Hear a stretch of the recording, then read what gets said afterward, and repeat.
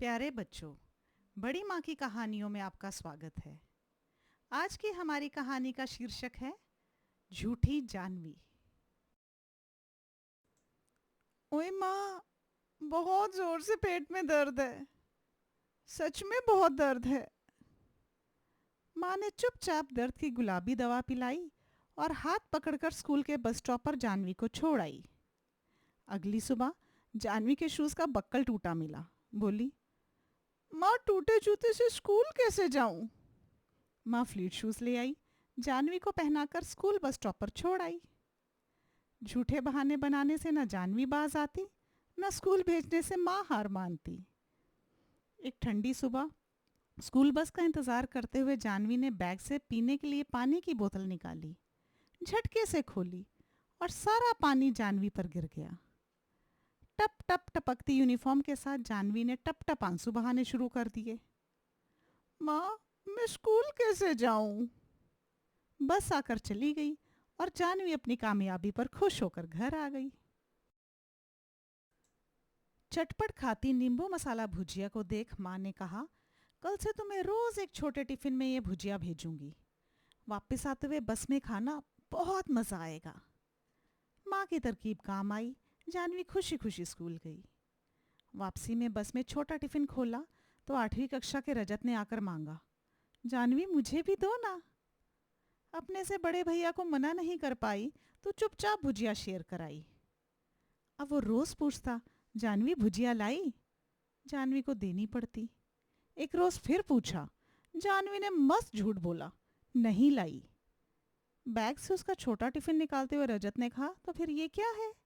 जानवी ने टिफिन खोला, गुस्से से सारी भुजिया रजत के सिर पर पलट दी। जानवी को खुशी हुई, रजत को हैरानी। दोबारा रजत ने कभी भुजिया नहीं मांगी।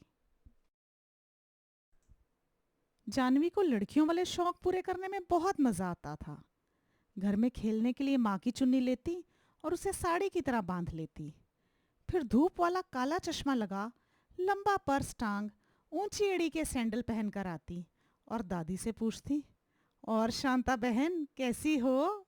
मैं कल ही अमेरिका से वापस आई हूँ।